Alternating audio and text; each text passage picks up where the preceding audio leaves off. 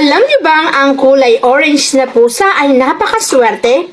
Pagdating sa larangan ng kasaganahan, pera, abundance, and prosperity, ay ipinapasok nila ito sa iyong tahanan. Kapag may orange kang pusa, hindi ikaw magigipit sa buhay. Kahit na ikaw ay madalas na may pagkakataong lumalabas o naglalabas ng pera, babalik sa iyo ang blessing sapagkat may alaga kang orange na pusa. Kaya naman napakagaang ng pasok ng pera sa iyong buhay.